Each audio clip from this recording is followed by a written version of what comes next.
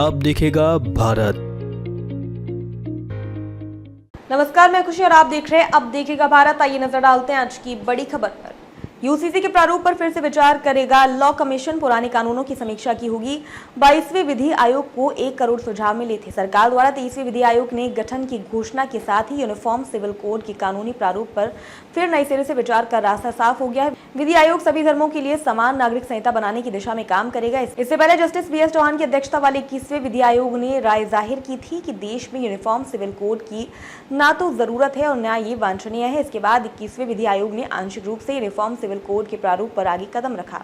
इसके बाद जस्टिस ऋतुराज अवस्थी की अध्यक्षता वाले 22वें विधि आयोग ने प्रारूप तैयार कर यूनिफॉर्म सिविल कोड पर सार्वजनिक राय मांगी। इस महामंथन में करीब 1 करोड़ सुझाव आयोग को मिले थे। सूत्रों के अनुसार अब 23वें आयोग को यूसीसी के प्रारूप को बनाने के लिए आगे बढ़ाने की जिम्मेदारी सौंपी गई है।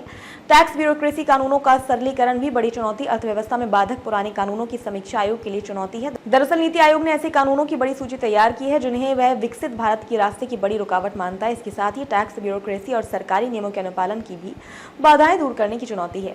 नीति आयोग की ही एक रिपोर्ट के अनुसार एक कंपनी को औसतन 1536 एक्ट और 69,233 नियमों का अनुपालन करना होगा। साथ ही 6,618 वार्षिक फाइलिंग का पेपर वर्क करना पड़ता है। टैक्स से जुड़े 54 केंद्रीय कानून है। इसके साथ ही एक साल में 254 तक फाइलिंग करनी होती है। बड़ी चुनौती है। नई विधि आयोग का कार्यकाल 3 साल के लिए होगा। आयोग में एक पूर्णकालिक अध्यक्ष, 4 पूर्णकालिक सदस्य और 1 सदस्य सचिव की नियुक्ति होगी। उनका कार्यकाल 3 साल का होगा। ये संस्था कानूनों को नए समय के हिसाब से प्रासंगिक बनाने, पुराने पर्चों के कानूनों को हटाने और जस्टिस सिस्टम में होने वाली देरी को कम करने की दिशा में काम करेगी।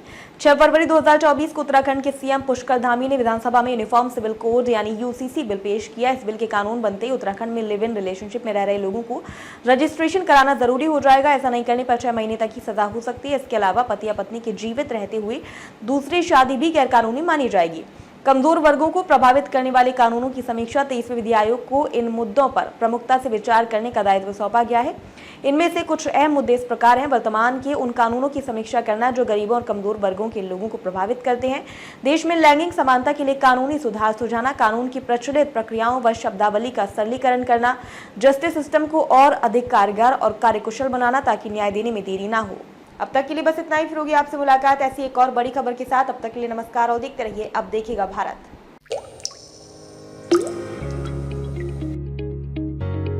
अब दिखेगा भारत।